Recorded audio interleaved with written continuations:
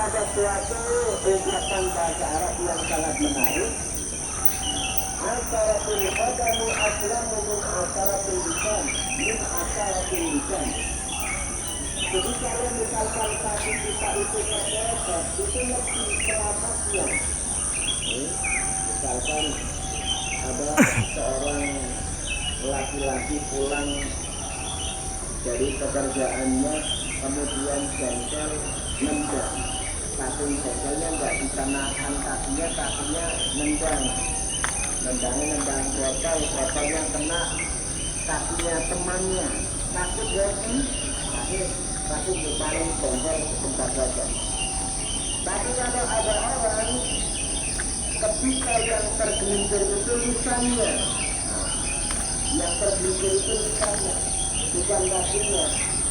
Akhirnya lisannya itu terpeleset sampai menjelek-jelekan, naudzubillah. Ini sakitnya itu tidak hanya sehari dua hari, bahkan bisa berhari-hari. Tapi macam makanya beliau kalau nggak bisa mengatakan sesuatu yang baik, lebih baik diam. Karena berbuat baik melalui ucapan itu bisa mendatangkan kebahagiaan, tetapi juga mendatangkan kehancuran. Kemudian saya mengatakan salah satu yang termasuk dapat mengusir perasaan duka dan gelisah, berbuat baik kepada sesama makhluk dengan ucapan juga bukan perbuatan, tetapi menggunakan untuk kebaikan yang lain.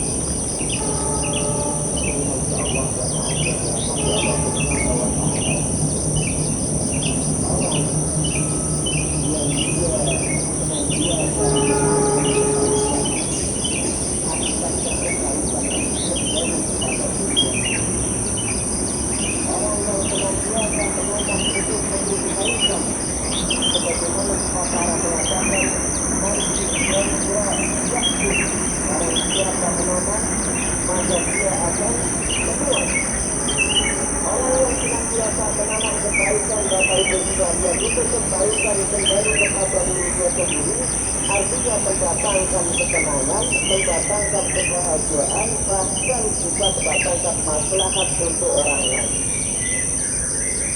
Dan sebaliknya, ketika bukan kebaikan dan kebaikan yang dilakukan, maka yang itu adalah kerusakan. Maka tidak heran, kenapa dahulu ketika Allah Subhanahu wa Ta'ala menjadikan manusia yang pertama Nabi Adam alaihissalam, kemudian diturunkan ke bumi sampai malaikat itu mengatakan, ya Allah, kenapa engkau menjadikan manusia di bumi ini ya Allah sebagai khalifah, sebagai penuntun? Bukankah manusia itu condong kepada kerusakan? Tetapi apa kata Allah Subhanahu wa Ta'ala? Sesungguhnya saya itu lebih mengetahui daripada apa yang kamu ketahui. Dan memang secara apa adanya jamaah yang dirahmati Allah Subhanahu wa Ta'ala, kalau seseorang itu tidak bisa melakukan kebaikan, tidak bisa melakukan kebaikan di dunia, maka dilakukan sebenarnya adalah pada kerusakan.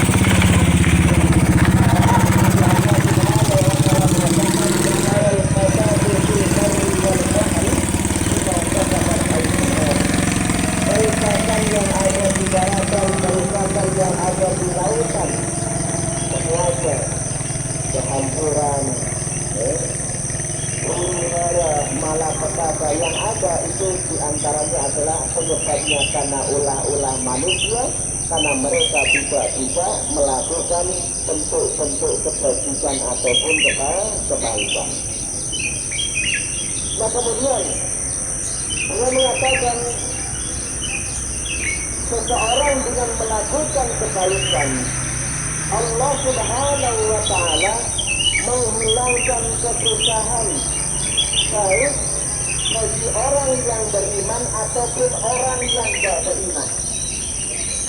Jadi kalau ada orang melakukan kebaikan sekecil apapun, baik tetapi dia orang itu beriman ataupun orang kafir sekalipun,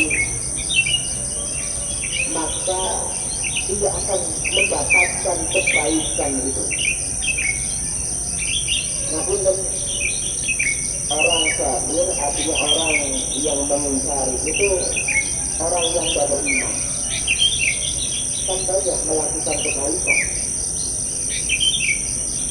banyak melakukan kebaikan, tetapi dalam pandangan kita kebaikan yang dilakukan oleh orang-orang kafir adalah mereka mendapatkan kebaikan hanya sesaat saja di dunia, hanya mendapatkan kebaikan sesaat saja di dunia.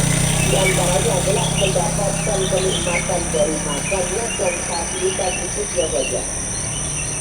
Ya mereka enak bisa makan enak, mereka enak bisa pakai mobil enak, itu hanya dapatnya itu saja.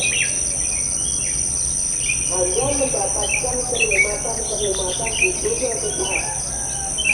Tetapi kata Allah Subhanahu wa Ta'ala, sebagaimana Al-Imam As-Sa'di telah mengatakan, bagi orang-orang yang beriman itu mendapatkan kebaikan yang lebih dibandingkan orang-orang kafir. Bahkan kebaikan itu sempurna tidak hanya di dunia, ia mendapatkan kebaikan yang lebih langgeng lagi setelah dunia mereka tinggalkan. Maka Allah apa? Dalam Quran surat Al-Qalam Allah Subhanahu wa Ta'ala berfirman, wa anna man kafirat mawajib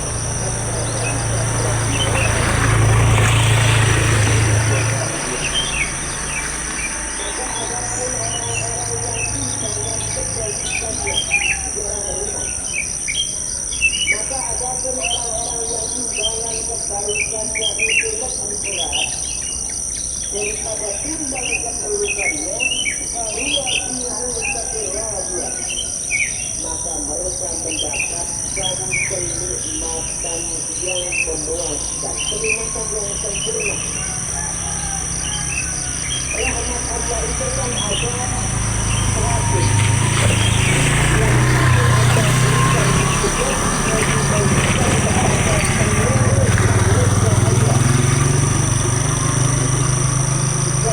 Allah masih diberikan 99 yang itu nanti Allah berikan setelah dunia ini berubah. Maka tadi kembali orang-orang kafir dia berbuat baik, dia mendapatkan kebaikan, tapi kebaikannya hanya di dunia saja. Tetapi orang-orang yang beriman, yang melakukan kebaikan, yang melakukan kebajikan, itu ketika Anda dihilangkan, itu dia mendapatkan kebahagiaan, termasuk mendapatkan kebahagiaan yang lebih sempurna, yaitu setelah dunia itu ditinggal. Jadi kalau di dunia ini kebahagiaannya itu hanya kebahagiaan yang tentu saja. Kebahagiaan yang sifatnya hanya sementara saja.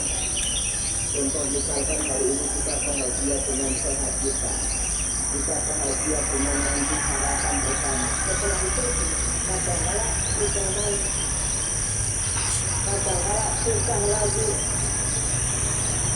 Kenapa? Karena sakit, karena ditemukan usia ini. Ketika kita berada di situ, bahagianya hanya sementara, susahnya juga hanya sementara, sehatnya juga hanya sementara.